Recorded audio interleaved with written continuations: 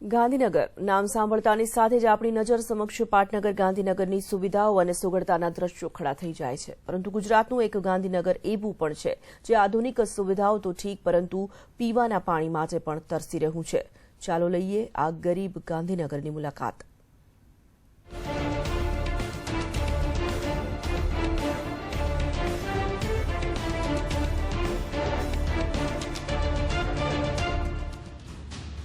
એક હાથમાં બબ્બે બેડા લઈને પનિહારી બનીને નીકળેલી આ મહિલાઓ, બાળકો અને પુરુષો માટે આ સ્થિતિ હવે સામાન્ય બની ગઈ છે।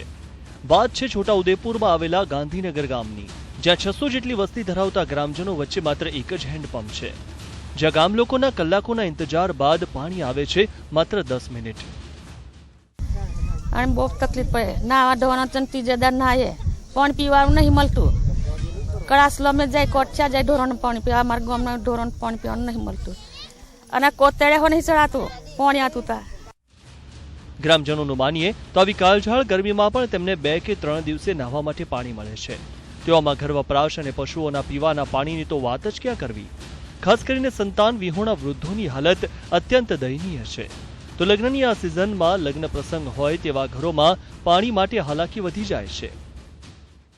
मारा घर में कोई सोड़ी नहीं, कोई मने पानी भरिया दीकरा केम तमे आवी उगड़ी उगड़ी में फरू, एक डेगरी मने कोई पानी नहीं आलतू, मने कोई लोटो पानी नहीं भरी आलतू, मारे बहुत तकलीफ है। ગામનું નામ તો ગાંધીનગર છે, પરંતુ ગામના લોકો પાટનગર ગાંધીનગર જેવી સુવિધા તો ઠીક, પરંતુ પ્રાથમિક સુવિધાઓથી પણ વંચિત છે।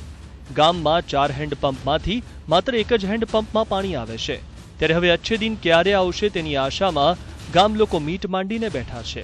Jamil Pathan, ETV news, Chhota Udepur.